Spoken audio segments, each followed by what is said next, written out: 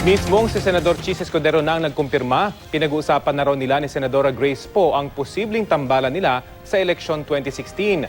Ang isang partido naman sa Negros, iniendorso na si DILG Secretary Maroja sa pagkapangulo. Balitang hatid ni Mark Salazar.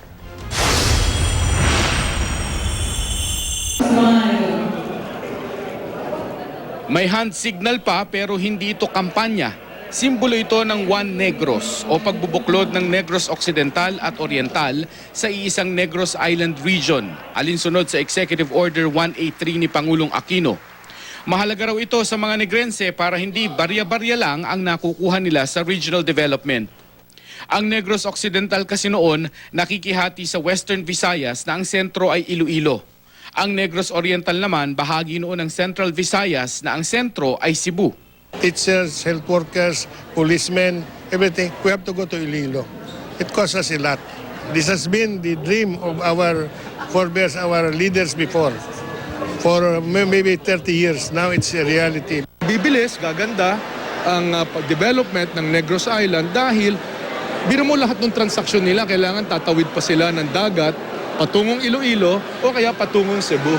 Magkakaroon na sila ng pansariling rehiyon na kung saan sila na rin ang magpaplano ng kanilang kinabukasan.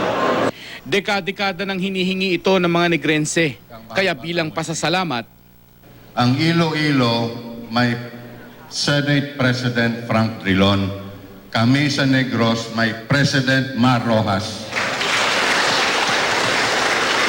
nitong Mayo lang, naiulat ang panawagan ng ina ni Rojas sa mga nasa negosyo ng pag-aasukal sa Bacolod na huwag kalimutan ang kalihim sa 2016. Ngayon, isang partido sa Negros ang nag-iendorso kay Rojas kahit wala pa naman itong formal na anunsyo kaugnay sa eleksyon 2016, ang United Negros Alliance. Nagpapasalamat ako kay Gob Marañon sa kanilang tiwala na pinagkaloob sa akin. Tinatanggap ko ito hindi lang para sa akin. May binubuo na ring senatorial lineup ang Liberal Party ayon kay Secretary Butch Abad. Paglilinaw ng kalihim, hindi totoo ang ulat na etchepuera na bilang kandidato ng LP si Senador Chis Escudero, kahit pa may ilang taga-LP na di komportable. Aquino Binay kasi imbis na Aquino Rojas ang inendorso niya noong 2010 elections. The doors are not closed to all of these things because we cannot. The situation is still pretty much fluid.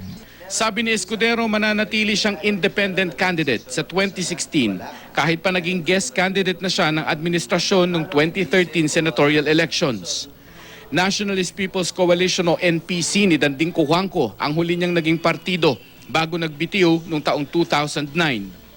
Pag-amin ni Escudero, nakaaapekto ang kawalan ng partido sa pagdedesisyon nila ni Senadora Grace Poe sa posibleng tambalang Poe Escudero sa 2016. Meron pag-uusap, hindi ko pwede ikaila yun, pero na may desisyon o pa siya na, wala. Dahil hindi naman tulad ng ibang nagpaplano, nag-iisip o nag-aambisyon, meron silang pera, meron silang partido, meron silang grupo. Kami wala lahat nun. Mag-iisip daw sila hanggang sa last day ng filing ng Certificate of Candidacy. Mark Salazar, GMA News.